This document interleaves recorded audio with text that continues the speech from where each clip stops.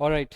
तो rural development हमारा chapter चल रहा था एंड इसके अंदर हम लोगों ने देखा था सबसे पहला जो एक बॉटल नेक है गांव के अंदर, खेती बाड़ी के अंदर, क्योंकि प्राइमरी इकोनॉमिक एक्टिविटी गांव में क्या है?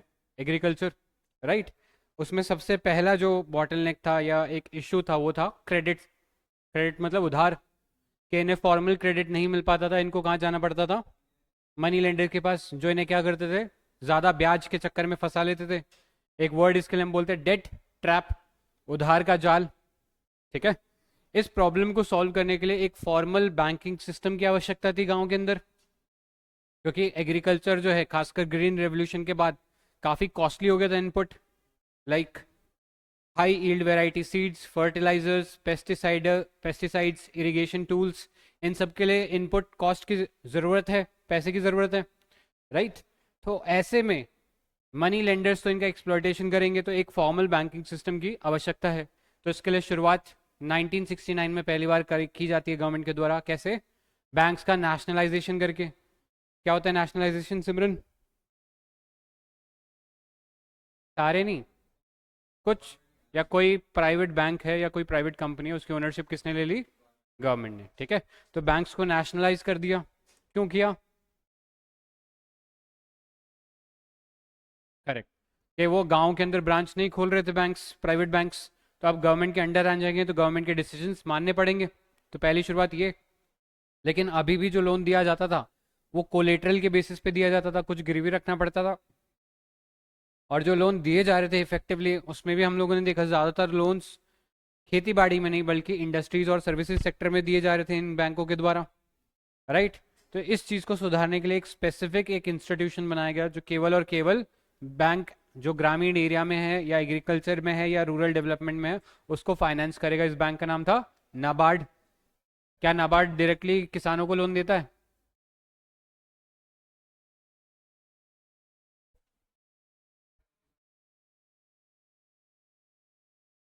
डायरेक्टली नहीं देता। हाँ, ठीक है, आरआरबी को वो पैसा देता था। ठीक है, डायरेक्टली नाबार्ड, याद रखना, कभी भी किसानों को पैसा नहीं देता है, वो आरआरबीज रीजनल रूरल बैंक्स को पैसा देता है और वो बैंक्स फिर आगे किसानों को पैसा देते हैं। क्लियर? इसके बाद हम लोगों ने देखा नेक्स्ट स्टेप क्या हुआ।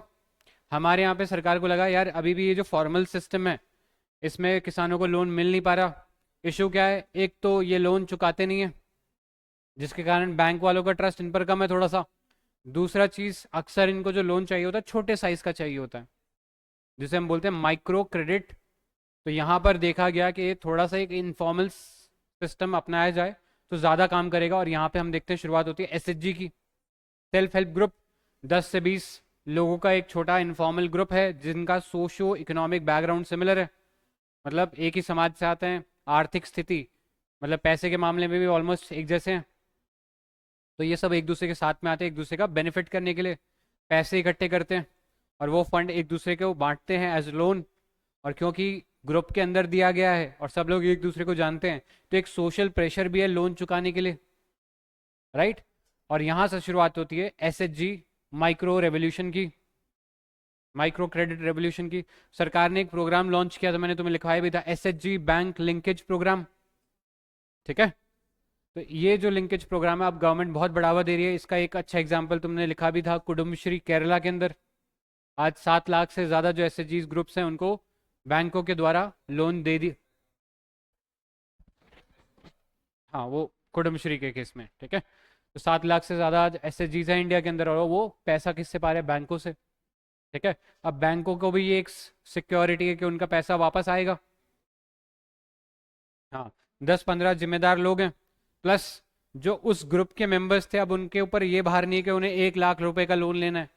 वो 1 लाख रुपए का लोन एसएचजी के नाम पर लेंगे और फिर एसएचजी जो है अपने मेंबर्स के क्रॉस उसे छोटा छोटा करके बांट सकता है। क्लियर है? और यहीं से शुरुआत होती है माइक्रो क्रेडिट रेवोल्यूशन की। चलो अब ठीक है, जितना सॉल्व होना था उतना तो सॉल्व हो गया, इसका क्रेडिट का प्रॉब्लम। दूसरा जो प्रॉब्लम है एग्रीकल्चर मार्केटिंग सिस्टम। ठीक है, एग्रीकल्चर मार्केटिंग सिस्टम, बेचे कहाँ? करेक्ट। किसान अगर उगा भी ले, नेचर से बच के, क्लाइमेट से बच के, कीड़ों से बच के, जानवरों से बच के, तो जब बेचने जाता है मार्केट के अंदर तो उसे रियल प्राइस नहीं मिलता है। उसके साथ प्राइस मैनिपुलेशन कर दिया जाता है कुछ बिचौलियों के द्वारा, राइट। ऐसे में उसे बचाने के लिए, इस सिस्टम के लिए हम लोगों ने एक एग्रीकल्चर मार्केटिंग सिस्टम तैयार किया।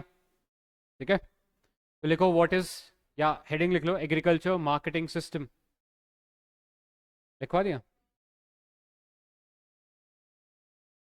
तो सिर्फ हेडिंग लिखवाई ना, एग्रीकल्चर मार्केटिंग सिस्टम क्या होता है ये लिखो।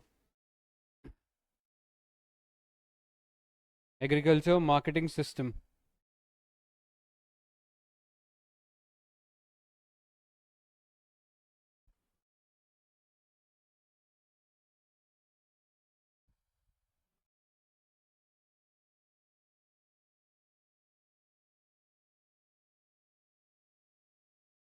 लिखो it involves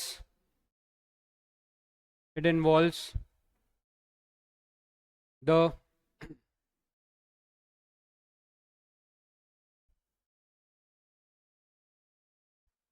और लाइट, और तो कोई लाइट नहीं है। हाँ ये वाला हो रहा है, इनमें से कोई एक लाइट बंद हो सकती है, ये देख लो, ये इसकी वजह से हो रही है। हाँ ठीक है, इसको क्या बोलते हैं, ये इफेक्ट होता है स्ट्रोबोस्कोपिक इफेक्ट, इससे चक्कर आ सकते हैं।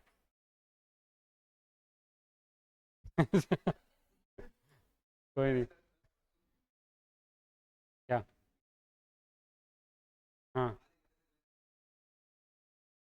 नहीं नहीं, ऐसे ऐसी सिचुएशन में पढ़ना नहीं चाहिए, ऐसे में नज़रों में असर पड़ सकता है, ब्रेन पे असर पड़ सकता है। ठीक है। फिर में लाइट बराबर होनी चाहिए। चलो लिखो, it involves the supply chain of, it involves the supply chain of food from producer to consumer, from producer to consumer, full stop. Producer कौन? फार्मर। कंज्यूमर कौन? हम लोग, आम जनता जो खाना खा रहे हैं, राइट। तो ये जो पूरा चेन जो है, सप्लाई चेन किसका? खाने का, फार्मर से लेकर कंज्यूमर तक, ये सारा किस में इंक्लूड होता है? आपका एग्रीकल्चर मार्केटिंग सिस्टम। अब इसके तहत क्या क्या चीज़ें आती है ये लिखो, लिखो it involves it involves assembling it involves assembling, comma storing, comma storing, comma processing, comma grading,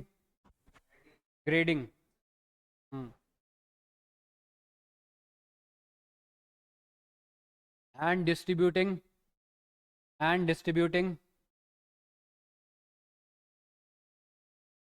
agricultural commodities and distributing agriculture commodities।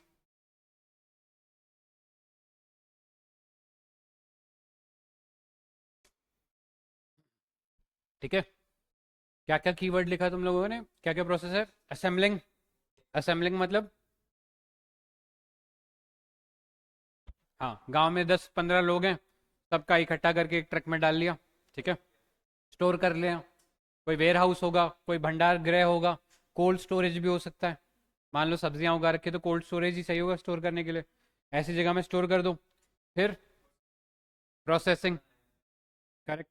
अब सब्जी में मिट्टी लगी हुई हो सकती है, कीड़े मकोड़े हो सकते हैं, तो धो लो उसको एक बार, प्रोसेस कर लो। या अगर टमाटर है, जैसे टमाटर है, उसको कैसे प्रोसेस करोगे? उसे थोड़ा सा बदल कर टमाटर का केचप बना लो, या टमाटर की प्यूरी बना लो। अब वो तुम्हारे 10-15 दिन चल जाएगी, फ्रिज में रख लो, यूज़ कर लो, कोई दिक्कत नहीं। और ग्रेडिंग, करेक्ट। हाँ, जैसे तुम गेहूं अगर लाते हो, कभी देखा है एक अच्छे क्वालिटी का गेहूं थोड़ा मोटा होगा, शरबती गेहूं, सुना है नाम कभी? नहीं। हाँ, वो तो साइंटिफिक कोड वगैरह रहते हैं, बट जनरली हम, थोड़ा जो सॉफ्ट होता है ना आटा, आटा भी अलग अलग टाइप का बनता है गेहूं का। करेक्ट। तो ये वाला इशू है, क्योंकि हर क्वालिटी का जो बीज इस्तेमाल होगा, उसी के हिसाब से उपज निकलेगी, उसी के हिसाब से वो आटा बनेगा, उसी के लायक खाने लायक होगा। तो तो अगर आप अच्छी क्वालिटी का गेहूं लाओगे तो उसके पैसे भी ज़्यादा देने पड़ेंगे। क्या?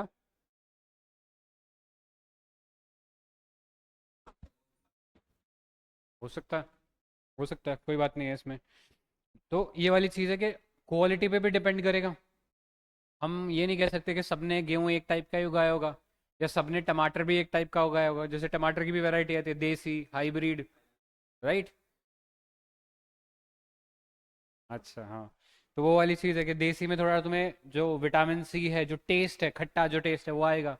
हाइब्रिड, हाइब्रिड लंबा सा होता है, छोटा वाला जो होता है वो देसी होता है। ठीक है। और या तुमने उसमें देखा हो चावल में, जो तुम मेस में खाते हो, छोटे छोटे बारीक, और तुम एक लेके आओ बासमती, ऐसा लगेगा नूडल्स है उसके सामने। और खुशबू भी कितनी अच्छी है, दूर से मन करता है खाने का। क्लियर?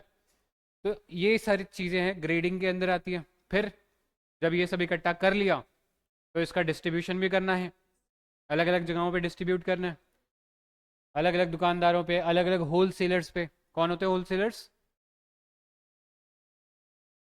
हाँ, करेक्ट। जैसे तुम्हारे पास यहाँ पे सामान जो आता है ना, ऐसा नहीं होता कि फैक्ट्री वाला सीधा यहाँ पे तुम्हारी गली की दुकान को देता है। वो रिटेलर है तुम्हारी गली की दुकान वाला। कोई बड़ा एक वेयर हाउस जिसके पास होगा वो क्या होगा? होल सेलर, जो बड़ा माल इकट्ठा करता है और फिर धीरे धीरे उसे डिस्ट्रीब्यूट करता है अलग अलग लोगों को, राइट। तो ऐसे ही ये पूरी की पूरी जो चेन है, इसमें बहुत सारे प्रोसेसेस इन्वॉल्व होते हैं, और इन्हें कलेक्टिवली क्या बोलते हैं? Agricultural marketing system. ठीक है, क्लियर? लिखो आगे, नेक्स्ट। अब देखो, इनमें बहुत सारी प्रॉब्लम्स थी बिफोर वी राइट कि गवर्नमेंट ने क्या स्टेप्स लिए। बहुत सारी प्रॉब्लम थी। जैसे अगर आज़ादी से पहले की बात करें तो ये किसानों को कोई लोकेशन नहीं था कि वो कहाँ जाकर बेचें। तो अक्सर क्या होता था, इनके आसपास जो ज़मींदार होते थे इनकी फसल छीन के ले जाते थे। गांव का जो बड़ा ज़मींदार है वो या तो फसल छीन के ले जाता था, या इनको बोलता था तुम मुझे बेच दो। तो मन क्या?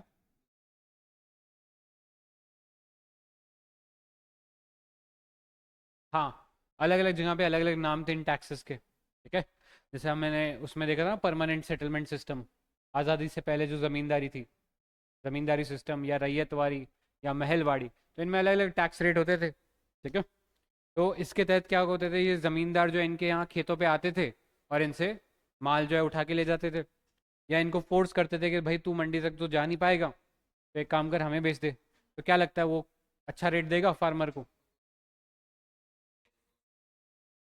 ठीक है। कि अगर ऑप्शन ही नहीं है किसान के पास तो उसे जो रेट मिल रहा है उस पर बेचना पड़ेगा। और ऐसे में, हाँ, ब्रिटिश, ठीक है, ब्रिटिश प्लांटर्स के केस में, इंडिगो के केस में, बाकी ज़्यादातर ये ज़मींदारी खरीदते थे इनसे, right.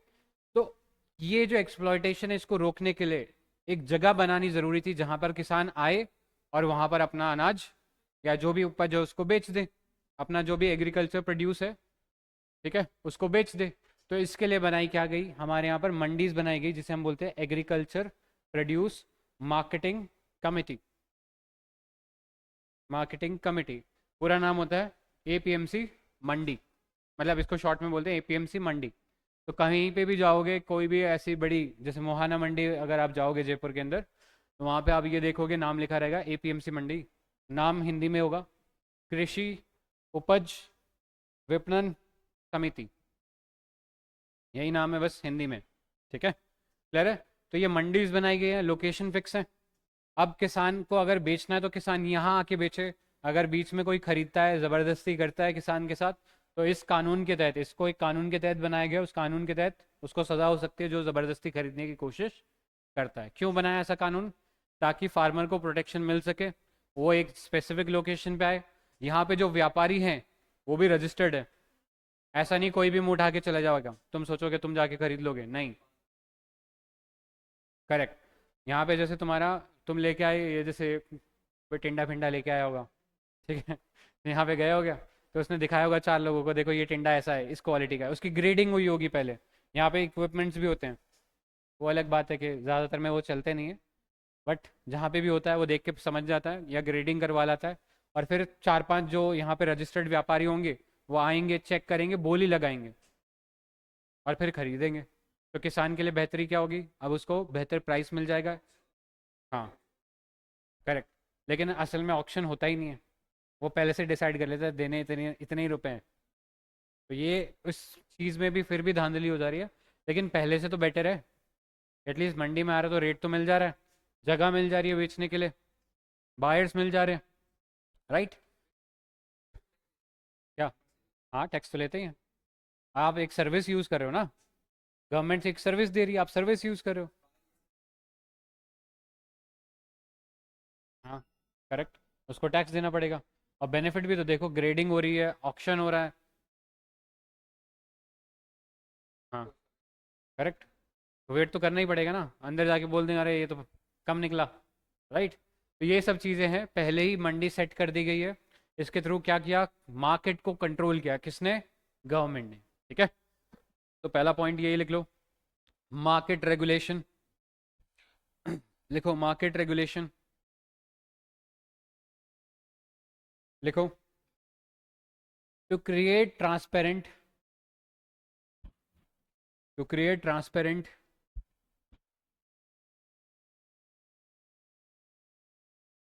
marketing condition, to create transparent marketing condition, the government established, the government established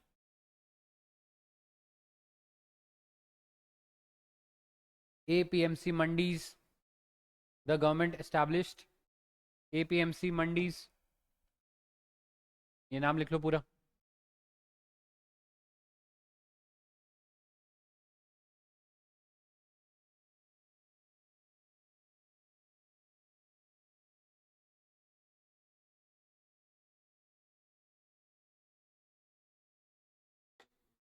क्या?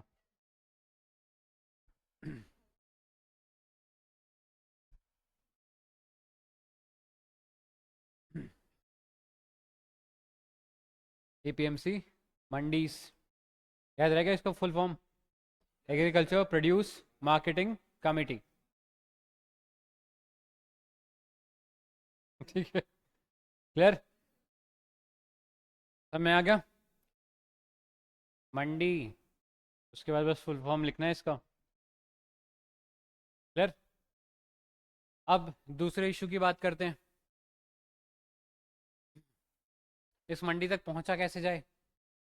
अगर तुम्हारे गांव में सड़क ही नहीं है, ठीक है, तो तुम्हें आने जाने में जो समय लगेगा, जो कॉस्ट लगेगा, वो ज़्यादा लगेगा। ऐसा नहीं है तुम आ नहीं सकते, आ सकते हो बैलगाड़ी लेके, छकड़ा गाड़ी लेके, ट्रैक्टर लेके, लेकिन तुम्हें आने में समय लगेगा, कॉस्ट ज़्यादा लगेगी। ठीक है, प्लस इन मंडीज़ के अंदर भी स्टोरेज फैसिलिटी होनी चाहिए। मान लो तुम लेके आए गोभी, फिर लेके थोड़ी बैठे रहोगे।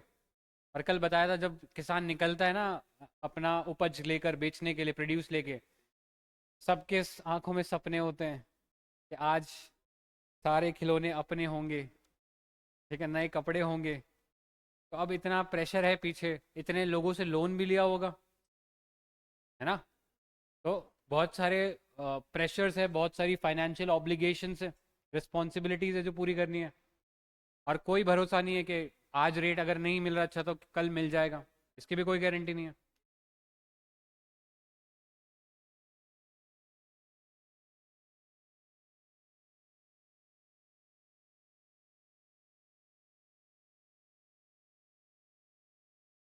ये देख रहे हो, ये भी स्ट्रगल होता है।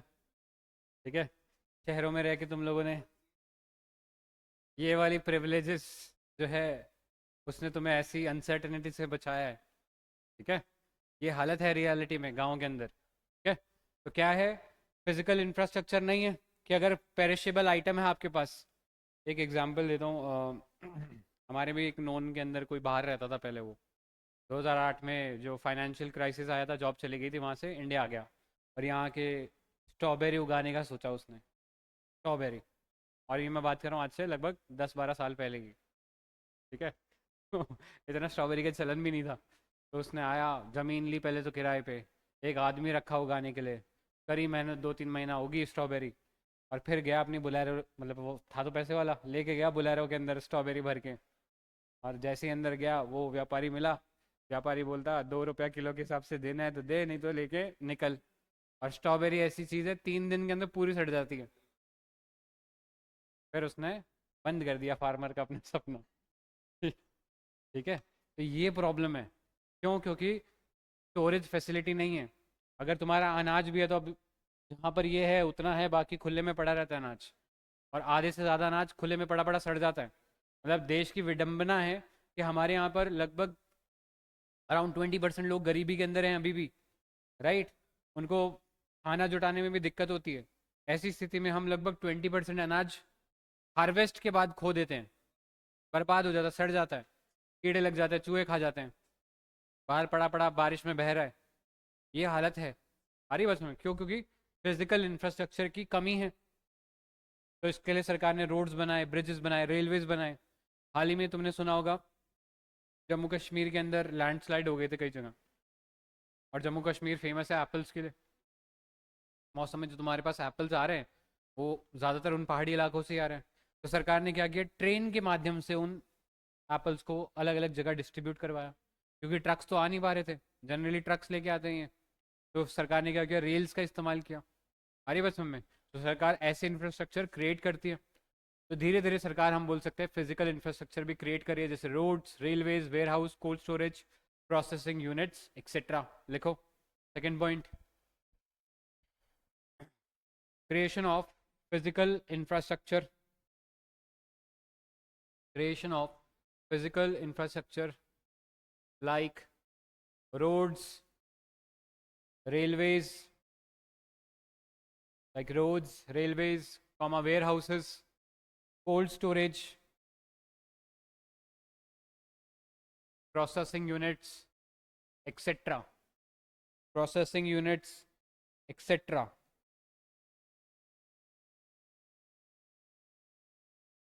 ठीक है?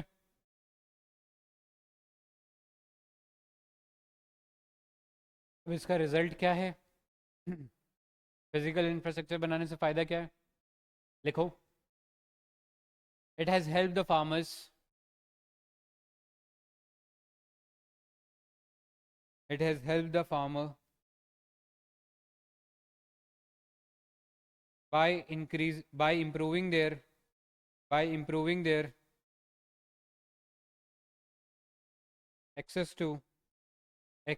by improving their access मतलब पहुंच। ठीक है, access to mandis,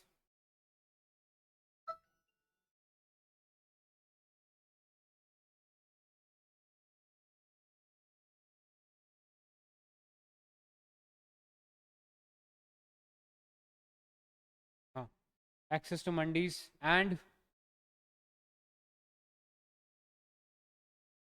and reduce the fear of and reduce the fear of and reduce the fear of distress selling, distress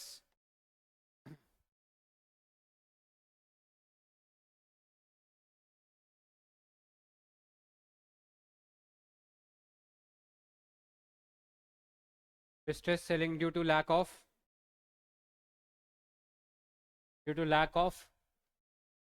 storage facility, due to lack of storage facility।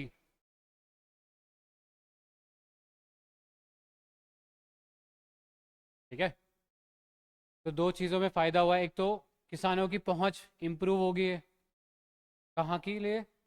Mandis के लिए।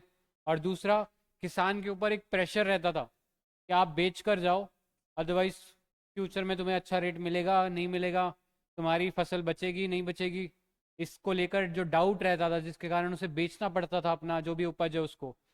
अब storage होने के कारण ये जो डिस्ट्रेस सेलिंग वो करता था, अब नहीं करना पड़ेगा।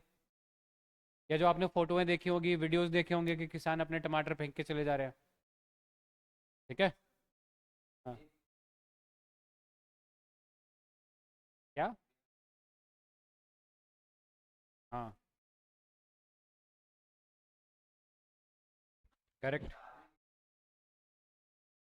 नहीं तो करना पड़ता है ना, क्योंकि रेट नहीं मिल रहा। और इतना सारा स्टोर के रखोगे तो सड़ जाएगा। ठीक है, चलो। तो मैं नेक्स्ट थर्ड लिखो, कोऑपरेटिव मार्केटिंग।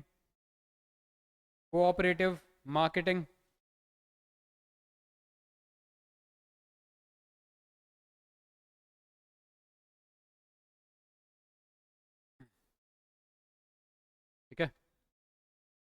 पहले ये लिखो कोऑपरेटिव होता क्या है, लिखो। A cooperative society is a cooperative society is a member owned organization. A cooperative society is a member owned organization formed to meet formed to meet common needs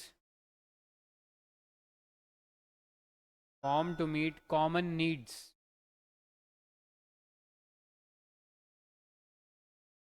through mutual help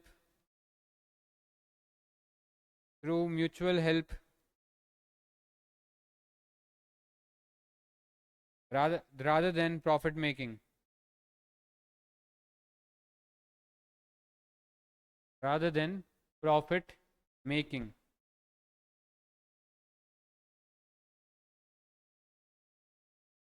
ठीक है, एक और line add कर लो। these are formal these are formal organization these are formal organization made under made under certain statutes made under certain statutes STATUTES statutes। सुना ये word कभी?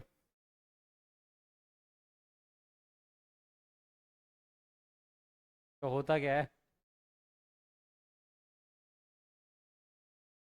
Statute का मतलब है कानून,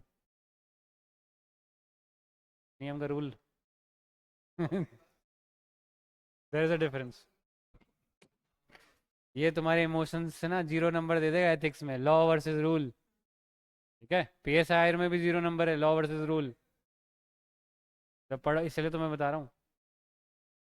ठीक है, तुम्हें बताया नहीं कि पहले मैंने स्टैट्यूट कभी बताया है मुझे?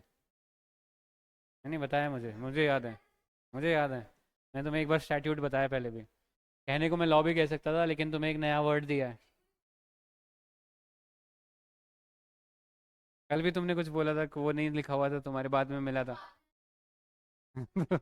ये भी घर जाके याद आएगा। और मुझे को याद है, शायद हिस्ट्री में लिखवाया मैंने। हाँ, स्टैट्यूट मतलब लॉ, कानून। याद करो, SHG भी ऐसा ही कुछ डेफिनेशन है, SHG की। यहाँ पे ये डिफरेंस है, ये कानून के तहत बनाया गया है। सर, कानून का नाम लिखना चाहोगे? लिख लो। मालिक इतना खर्चा हो गया तो चिप्स ले ही लेते। लिखो, cooperative societies act, cooperative societies act, cooperative societies act. ठीक है, इस कानून के तहत तुम क्या बना सकते हो? Cooperative society.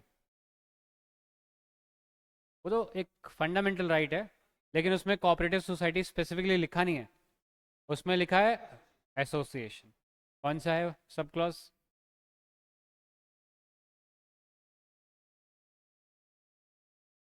ठीक है, वो सबको पता है। क्लॉज याद रखना, अगली बार बताना, अगली क्लास में बताना। कोई नहीं, फिर से भूल जाओगे तुम। हाँ, वो देख लिया मैंने कल। चलो, लिखो आगे। द कोऑपरेटिव, देखो, द कोऑपरेटिव सोसाइटीज, नहीं, अब सारी बोल दो 1 से लेकर 6 तक, कोई ना कोई तो निकलेंगे। अभी अभी रहने दो, अभी रहने दो, घर जाके देखना। तो तुम्हारी गलती है, उसमें मैं क्या करूँ भाई?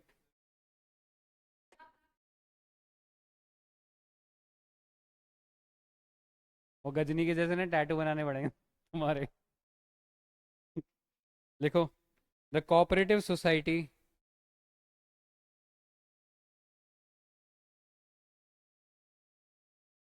The cooperative society help its member the cooperative society help its members by providing them credit facility by providing them credit facility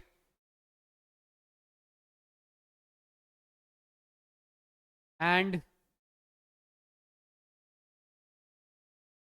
better price realisation and better price realisation and better price realisation.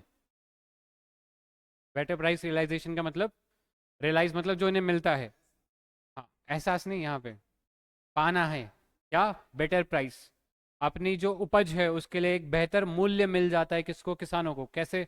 इधर देखो एक बार, मान लो तुम 3 farmer हो, तुम 3 आम उगाते हो, व्यापारी मैं एक अकेला हूँ यहाँ पे, ठीक है। ये आए भाई साहब पहले बेचने आम, तो मैंने, मान लो मार्केट रेट चल रहा था 100 रुपये किलो का, नहीं नहीं मैं 150 की दूंगा ठीक है। तुम आओगे, तुम एक्सपेक्ट कर सकते हो कि हाँ 110 मिल जाए, मार्केट से ऊपर मिल जाए। मैं बोलूँगा भाई 50 रुपये में देना है तो दे, नहीं तो निकल, और दो खड़े लाइन में। तो ये चलो फिर चला गया, एक बार को अगली आएगी डरते डरते, अरे यार 100 में नहीं लिया, तो मैं भी 100 बोल के क्यों बेइज्जती कराऊँ, चलो 90, ठीक है 90 पे, मैंने बोले नहीं एक और खड़ा है अभी तो। ऐसे करके जब बायर जो था ये डिसाइड करता था कि क्या प्राइस मिलता है, व्यापारी डिसाइड करता था कि फार्मर को क्या प्राइस मिलता है। लेकिन अब क्या हो गया, तुम तीनों मिल गए, तुम तीनों फार्मर मिल गए, और तुम लोगों ने एक रेट डिसाइड कर लिया कि भाई बेचना है तो 100 रुपये पे बेचना है। ऐसे में मेरे पास, मैं एज व्यापारी, मेरे पास कोई चॉइस नहीं है, तुम तीनों ही हो 100 रुपये दे रहे हो, तो मुझे उसी पे लेना पड़ेगा। जैसे तुमने अक्सर नोटिस किया होगा कि रेलवे स्टेशन से या किसी टूरिस्ट प्लेस पे अगर तुम जाओगे तो टैक्सी के रेट फिक्स होते हैं, चाहे आप 1 से पूछ लो, चाहे आप 10 से पूछ लो, चाहे आप 20 से पूछ लो। क्यों ऐसा है? क्योंकि उन्होंने एक यूनियन बना रखी है, कॉपरेटिव बना रखी है, ठीक है। समय कॉपरेटिव का फायदा क्या है, ग्रुप बना लिया, प्राइस डिसाइड कर लिया कि हाँ मार्केट में ये प्राइस चल रहा है, इसी पे बेचेंगे, इससे कम पर नहीं करेंगे। इससे दो चीज़ें होंगी, व्यापारी का भी नुकसान नहीं, ऐसा नहीं कि व्यापारी लुट जाएगा, व्यापारी को जो बाजार भाव उसी पे मिल रहा है, प्लस जो फार्मर है उसके लिए भी क्या होगी, इनकम की सिक्योरिटी होगी। हाँ, ठीक है, ना तो व्यापारी लुट रहा है ना किसान लुट रहा है, दोनों का विन विन है, दोनों जीत रहे हैं इस सिचुएशन में। तो एक तो ये चीज़ है, प्लस ये आपस में मेंबर्स को क्रेडिट भी प्रोवाइड करते हैं, ठीक है। एक और एक एग्जांपल देता हूँ, महाराष्ट्र के अंदर एक कोऑपरेटिव है, तो अक्सर ये जो किसान थे ना, ये उस एरिया के अंदर क्या बोलते हैं, विनयार्ड जो होती है, विनयार्ड, विनयार्ड मतलब जो बेल वाले पौधे होते हैं जैसे अंगूर वगैरह, तो उसकी अच्छी खेती होती है वहाँ पे, क्लाइमेट है नासिक और इन एरियाज़ के आसपास। तो यहाँ पे जो फार्मर्स अंगूर उगाते थे, मार्केट में मान लो अंगूर का रेट चल रहा है 100 रुपया, तो व्यापारी इनसे ले जाता था 50 रुपये में, या 20 रुपये किलो के हिसाब से ले जाता था। लेकिन जब से इन्होंने क्या किया, यूनियन बना लिया, तो ये ऑलमोस्ट मार्केट रेट पे बेचते हैं कि अच्छा मार्केट रेट 100 का चल रहा है तो हमें 70-60 दे दो, राइट। अब धीरे धीरे ये जैसे जैसे ग्रुप बढ़ता गया, फार्मर जुड़ते गए, फार्मर अपना पैसा डालते गए, तो इनके पास बैंकिंग सिस्टम अच्छा हो गया, ये अपने लिए काम करने के लिए कुछ लोगों को हायर कर लिया इन लोगों ने। अब ये लोग क्या करते हैं, सीधा जो अंगूर इंडिया में पैदा होते हैं इन फार्मर्स के द्वारा, ये सीधा एक्सपोर्ट करते हैं। पहले जहाँ 70 रुपये रेट मिल रहा था, आज 400 रुपये रेट मिल रहा है, क्योंकि यहाँ का अंगूर जब विदेशों में जाता है, गल्फ कंट्रीज में जाता है, तो उसका प्राइस कई गुना बढ़ जाता है। तो अब पहले जहाँ पर 70 रुपये में खुश रहना पड़ता था, आज 400 रुपये मिल रहे हैं, पैसा ही पैसा, लगभग 5 गुना प्रॉफिट मिल रहा है हरी बचपन में। तो ये फायदे हैं कॉपरेटिव्स के। इसका एक बहुत अच्छा एग्जाम्पल है अमूल, फुल फॉर्म पता है इसकी? वो बटर है, हाँ, वो बटर के लिए स्पेसिफिकली। अमूल का फुल फॉर्म है आनंद मिल्क यूनियन लिमिटेड, वर्ल्ड का सबसे बड़ा वो है, कोऑपरेटिव है ये, ठीक है। हाँ, कोऑपरेटिव है। हाँ, इसके फाउंडर का नाम था Verghese Kurien, he is known as the father of white revolution, वो इंडियन ही था, पारसी नाम है, हाँ क्रिश्चियन नाम है, ठीक है। तो अमूल उदाहरण लिख लो यहाँ पे, आज अमूल ने गुजरात के जो किसान हैं उनकी पूरी काया पलट दी है, खासकर जो डेयरी फार्मर्स है उनको अच्छा रेट मिलता है आर्यवचन में। और आनंद एक जगह है कहाँ पर, गुजरात के अंदर है। काम तो नहीं आएगा, फैक्ट बता रहा हूँ देख लो, आनंद मिल्क यूनियन लिमिटेड, आनंद मिल्क यूनियन लिमिटेड।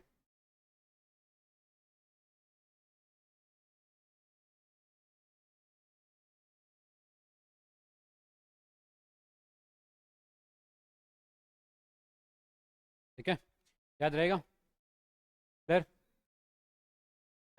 अभी भी कोशिश करोगे? ठीक है, चलो। Alright, next, fourth point, farmer protection. क्या?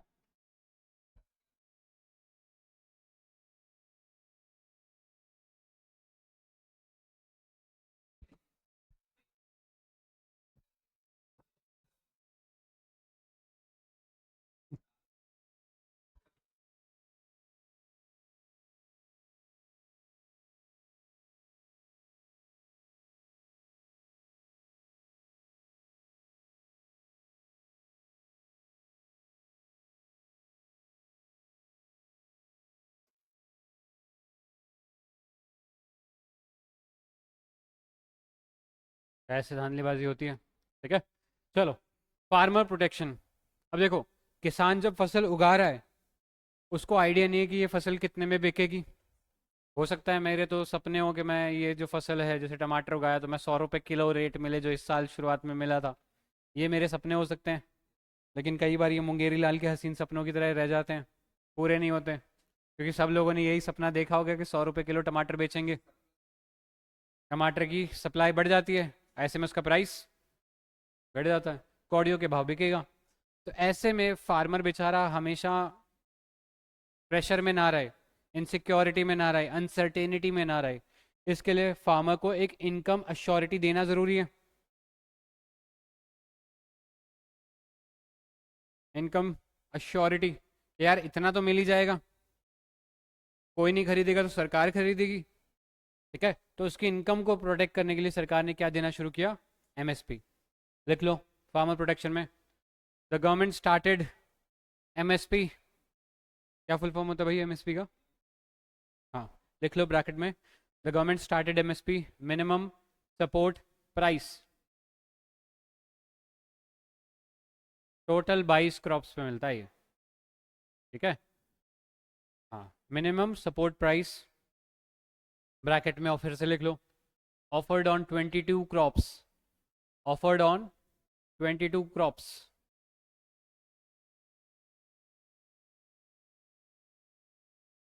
मूंगफली।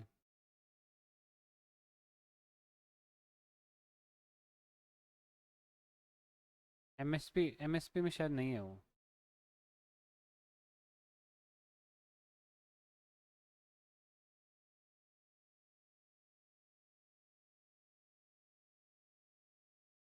तेल तो निकलता मे भी हो सकते हैं, देखना पड़ेगा एक बार, ठीक है।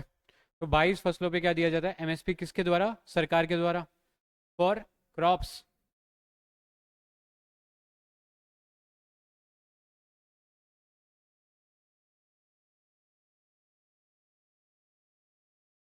खुद को खुद ही दिलासा दे रहे हो ठीक है।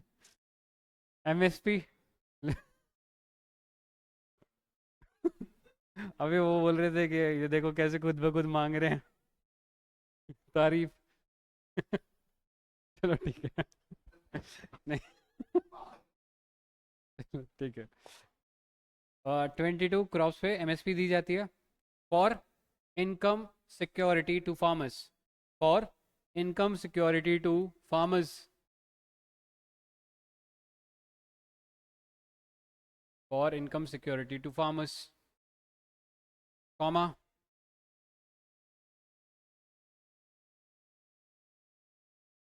the government the government uses these the government uses these crops to fill up its buffer stock, to fill up its buffer stock,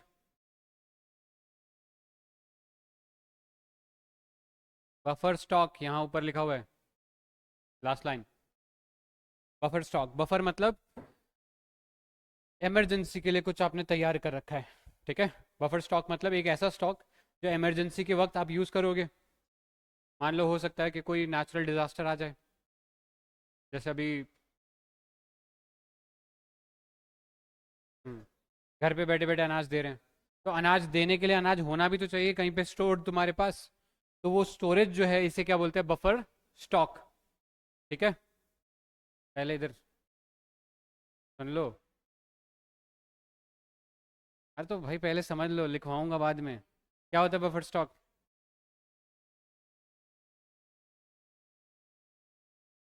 क्या एक और चीज़, हमारे यहाँ पे अभी जैसे बताया जनता बहुत गरीब है। अब तो फिर भी कम हुआ है, लेकिन एक नंबर बोल सकते हैं रफली 20% के आसपास है कि जिनको थोड़ा सा गरीबी रेखा के आसपास लोग हैं। क्लियर? तो ऐसे लोगों को अनाज भी मुफ्त में देना पड़ता है, या एक बहुत मिनिमम सब्सिडाइज रेट पे देना पड़ता है। सब्सिडाइज मतलब डिस्काउंटेड रेट के ऊपर। जैसे राशन की दुकानें होती हैं, तो नहीं है, तो 3 रुपए किलो के ऊपर चावल मिलते हैं, 2 रुपए पे वीट मिलता है, 1 रुपए पे बाजरा रागी ज्वार जो मोटे अनाज होते हैं, कोरस ग्रेन्स, वो मिलते हैं। तो उन गरीबों को अनाज देने के लिए भी सरकार के पास अनाज होना चाहिए ना पहले। तो वो कहाँ पे होता है? बफर स्टॉक में। तो बफर स्टॉक के दो काम है, इमरजेंसी आ गई तो, और गरीबों को डिस्ट्रीब्यूट करना हो तो। वहाँ पे हम क्या यूज़ करेंगे? Buffer stock. ठीक है, इनको वैसे आगे डिटेल में देखेंगे।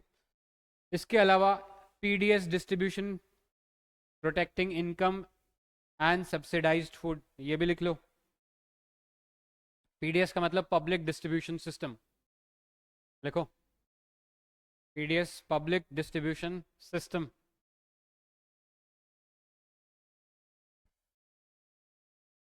Public distribution system protecting income and subsidising food, लिख लिया?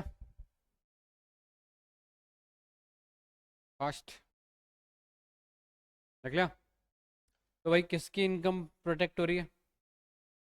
नहीं, पब, कौन सी पब्लिक है? गरीब। जो जो गरीब है, अगर वो अपना खर्चा सारा खाने पीने में कर देगा, तो बाकी जो ज़रूरतें हैं जीवन की, कपड़ा मकान भी तो है, सिर्फ रोटी ज़रूरत थोड़ी है, तो वो ज़रूरतें वो पूरा कर पाए। ऐसे में गरीबों की भी इनकम को प्रोटेक्ट करता है। सब्सिडाइज फूड देता है, मतलब सस्ता फूड उन्हें दिया जाता है, 3 रुपया 2 रुपया 1 रुपये किलो के हिसाब से। क्लियर है? यहाँ तक समझ में आया? 4 स्टेप्स हैं, फार्मर से शुरू हुए थे, और लास्ट में पीडीएस के थ्रू हम आम जनता को कनेक्ट कर लिया। क्लियर है? 4 स्टेप्स एग्रीकल्चर मार्केटिंग सिस्टम को इम्प्रूव करने के लिए, ये थे गवर्नमेंट के स्टेप्स। याद रहेगा? चलो,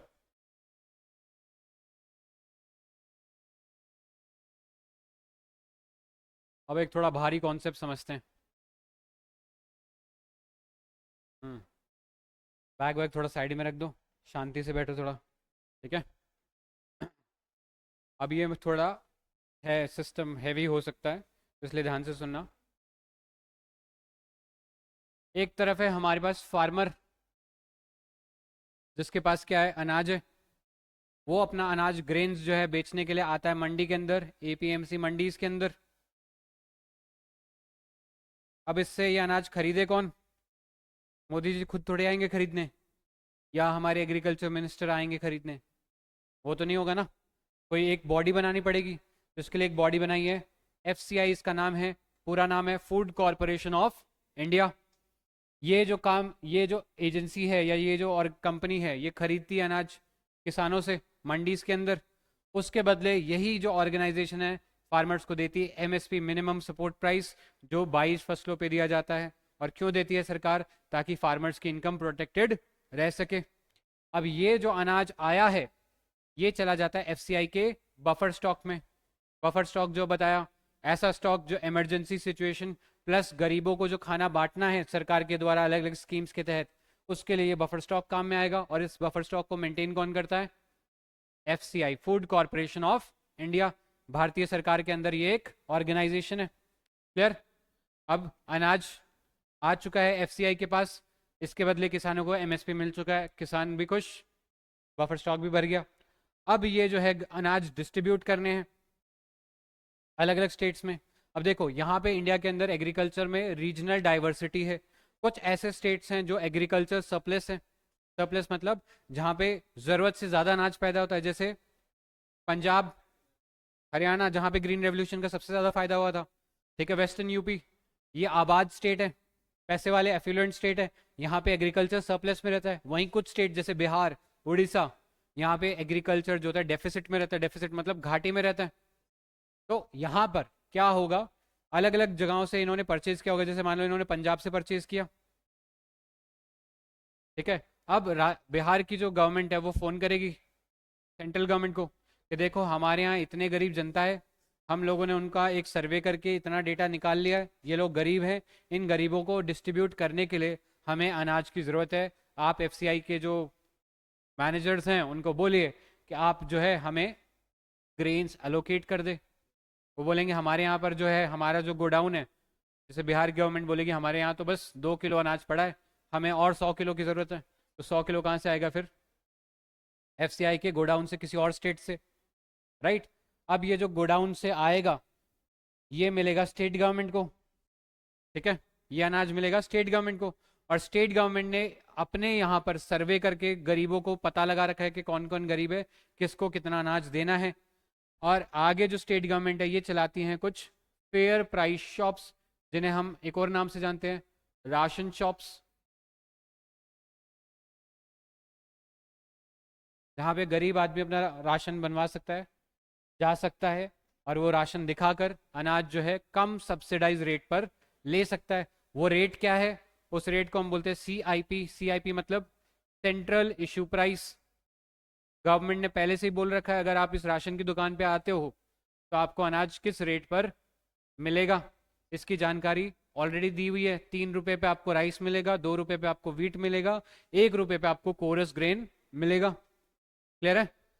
तो जब ये अनाज डिस्ट्रीब्यूट किया जाता है, जब ये अनाज डिस्ट्रीब्यूट किया जाता है पुअर पीपल को, उन पुअर से एक्सपेक्ट किया जाता है कि वो राशन शॉप को क्या पे करें, सेंट्रल इशू प्राइस, 3 रुपया, 2 रुपया, 1 रुपया, ठीक है।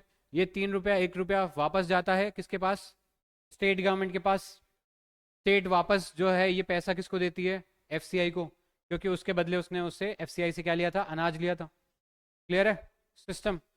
तो अब यहाँ पर एक विडंबना आप देखिए, पहले जो एमएसपी दिया जाता है,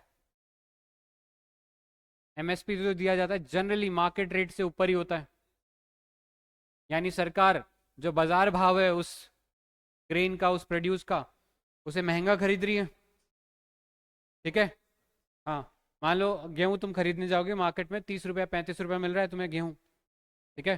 सरकार एमएसपी भी शायद 35 37 38 रुपया दे सकती है। तो सरकार पहले तो महंगा अनाज खरीद रही है, और फिर उस महंगे अनाज को जब बेच रही है पुअर को राशन शॉप्स के माध्यम से, तो वो 3 रुपया 2 रुपया 1 रुपये के हिसाब से बेच रही है।